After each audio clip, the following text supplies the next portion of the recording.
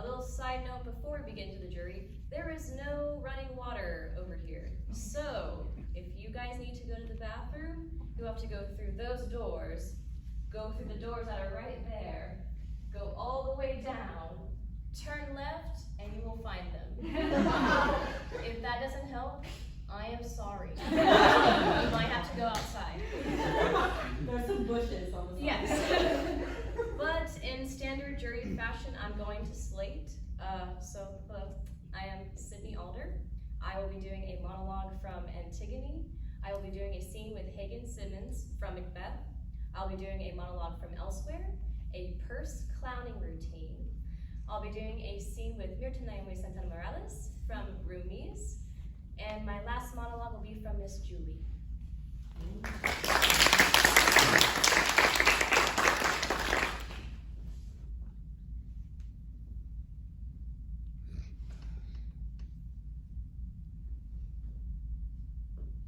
What but the thought of our two brothers dead? The one by Creon, graced with funeral rites, the other disappointed? Eteocles he hath consigned to earth, as fame reports, with obsequies that use and want ordain, so gracing him among the dead below. But Polynices, a dishonored corse. So, by report, the royal edict runs, no man may bury him or make lament, must leave him tombless and unwept, a feast for kites to scent afar and swoop upon. Such is the edict, if reports speak true, of Creon. Our most noble Creon aimed at thee and me. Aye, me too. And anon will be here to promulgate for such as have not heard his mandate. 'Tis in sooth no passing humor. For the edict says, whoever transgresses shall be stoned to death. So, stands it with us? Now 'tis thine to show if thou art worthy of thy blood or base.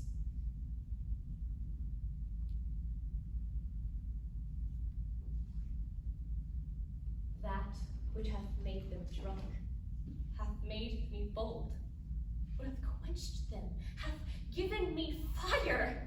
Hark. Peace. It was the owl that shrieked, the fatal bellman which gives the sternst good night. He is about it. The doors are open, and the surfeited grooms do mock their charge with snores. I have drugged their posses, that death and nature do contend about them, whether they live or die. Who goes there? What ho? Alack, I'm afraid they have awaked. 'Tis not them, the attempt, and not the deed confounds us. Hark, I laid their daggers ready. He could not miss them. Had he not resembled my father, I had done it. My husband! The deed is done. Dost thou hear a noise? I heard the owl scream and the crickets cry. Did not you speak? When? Now. As I descended? I, Who lies in the second chamber? Donald Bain. Oh, this is a sorry sight. Foolish thought to say a sorry sight. One did laugh in his sleep, and the other cried murder. And that they did wake each other, and I stood and heard them, but they said their prayers and addressed them again to sleep.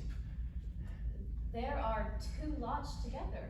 One did say, God bless us, and the other, Amen, when they saw me with these hangman's hands. Listening their fear, I could not say Amen when they said, God bless us. Consider it not so deeply. But wherefore could I not pronounce Amen? I have much need of blessing, and yet Amen stuck in my throat. These deeds must not be thought after these ways, so it will make us mad. I thought I heard a voice say, sleep no more. Macbeth does murder sleep, the innocent sleep. The sleep that knits up the reveled sleeve of care, the death of each day's life, the sore labor's bath, the balm of hurt minds, and great nature's second course, the chief nourisher in life's feast. What do you mean? But still it cried, sleep no more. Glamis hath murdered sleep, Therefore Cador shall sleep no more. Macbeth shall sleep no more. Who was it that thus cried? Why, worthy thing, you do unbend your noble strength and think so brain-sickly of things. Go get some water and wash this filthy witness from your pen. Why did you bring these daggers from the place? They must lie there. Go carry them and smear the sleepy grooms with blood. I will not go. I'm afraid to think of what I've done. To look upon it again, I dare not. Infirm of purpose! Give me the daggers. The sleeping and the dead are but as pictures. 'Tis the eye of childhood that fears a painted devil. If he do bleed, I'll gild the faces of the grooms withal, for it must seem their guilt. Oh, whence is that knocking? Oh, why is it that every noise with me appalls me? Oh, what hands are here? Would great Neptune's oceans wash the blood from these hands? Or rather, my hand would turn the multitudinous seas into a cardamine, making the green one red. My hands are the same color as yours. I shame to wear a heart so white. Hear a knocking at the south entry. Retire we to our chamber. A little water clears us of this deed. How easy is it then? Your constancy hath left you unattended. More knocking. Get on your nightgown, lest occasion call us and show us to be watchers. Be not lost so poorly in your thoughts. Oh, to know me indeed, I best not know myself. Francis! Wake Duncan with thy knocking. I would if thou couldst.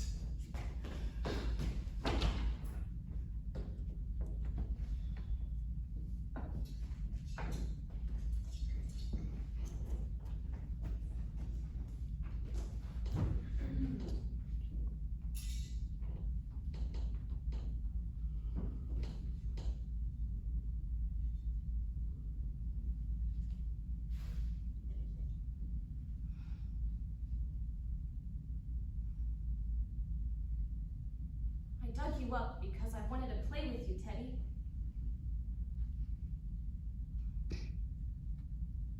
But now I see you.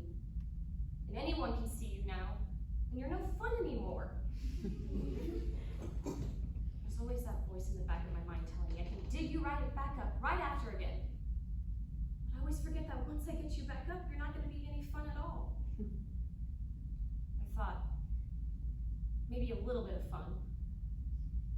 I could move your face around and pretend like we're having a conversation. But I see you, and I just don't want to. It seems pointless. Teddy, we must live with the mistakes we make. Not for you, of course. But for me. You must live with the mistakes you make. So, I'm ready to live with and maybe learn from this mistake.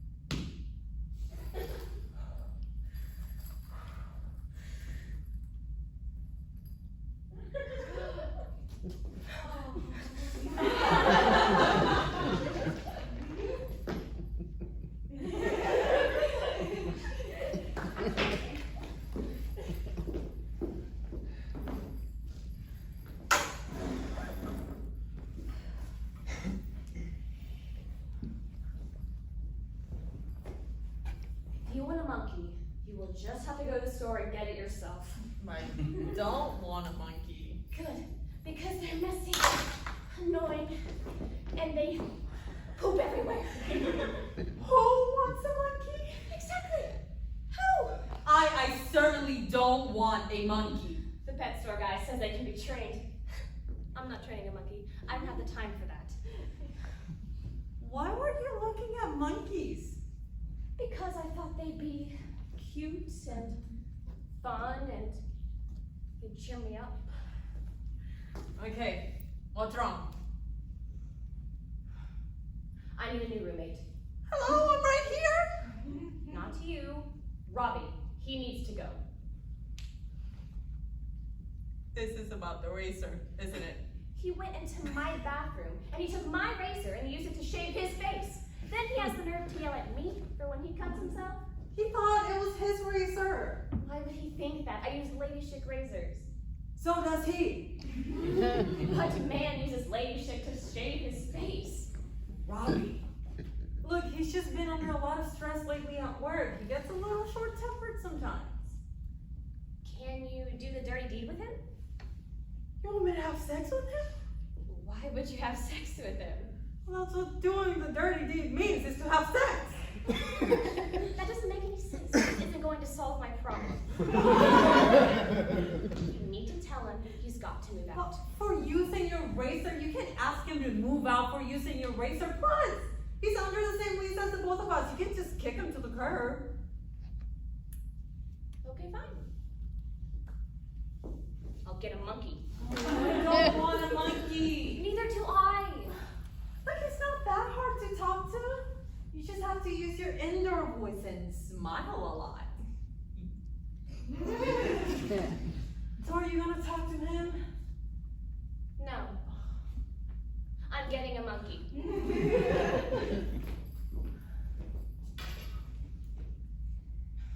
Oh, yes, deeply, but I've hated him too. Must have done so without realizing it. It was he who brought me up to despise my sex, making me half woman, half man. Whose fault is what's happened? My father's? My mother's? My own? My own? I don't have anything that's my own. I don't have a single thought I didn't get from my father, an emotion I didn't get from my mother, and this last idea that all people are equal, I got that from my fiance. That's why I called him a swine. Whose fault is it? Shall I let Jesus take the blame the way Christine does? No. I'm too proud to do that and too sensible, thanks to my father's teachings. And as for someone rich not going to heaven, that's a lie. But Christine won't get in. How will she explain the savings bank she has? Whose fault is it? What does it matter whose fault it is? I'm still the one who has to bear the blame, face the consequences.